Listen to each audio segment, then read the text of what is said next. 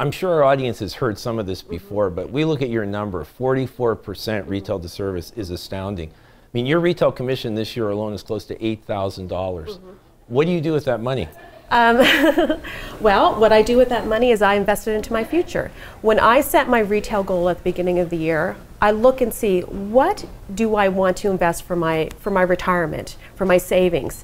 And so when I'm looking at my retail and what I'm selling each week, I try to keep it so that whatever I'm making on my paycheck for my retail covers the cost of my investments.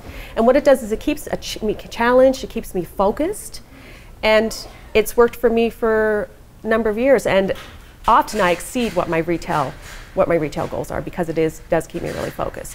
I mean, it's amazing what I'm hearing, because we constantly hear this from stylists, how do I stay motivated? But if I hear you correctly, what you're saying to me is that you've predetermined how much money every year you're going to save or invest in your 401k, and then you're challenging yourself to pay for that through your retail business. Is that correct? That is exactly what I'm saying.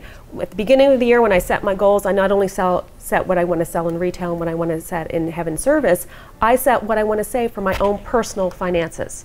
And my retail is based on that, so that at the end of the, when my pay comes in, I don't need to worry about taking out extra money to pay for my future, to invest for my future. That is looked after with what I sell in retail. My retail commission looks after that for me. That's amazing. Now, Dawn, talk to me for a minute about tips, because we know that for the average stylist, 20% of their income can literally be in the form of tips. And for most stylists, it's money they don't keep track of, they don't pay attention, it's just mad money. What's your thought about that, and how do you manage your tips? Tips are usually thought of as free money for stylists. You know, it goes in one pocket, it goes out the other, and they never think of it again. What I do is I like to save my tips and use it toward a household bill. Okay, so again, it's almost like goal setting. So I know that I've got a water bill or a power bill or a phone bill, whatever bill you choose to pay at the end of the month. So I save my tips. I take them out of my bag at night, I put them away, I forget about them.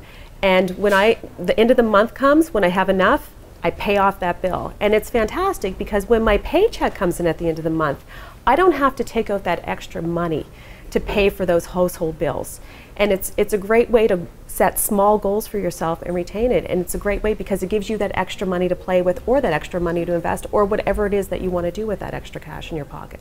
So I don't know if you're aware of this, but in the average household, 10% should go to savings, 20% should go to household expenses. So what you're telling me is that you're covering that 30% of your costs without ever touching your regular paycheck. That's right. Yep. And you know, you may do it out of necessity at first, but eventually you do it out of habit. And you don't even think about it because it's money that, like I say, that comes in and out that often we just spend frivolously on lunches or impulse buying, whatever. But this way, it's money that you can kind of just forget about it and look after needs of your family. That's the way I look at it.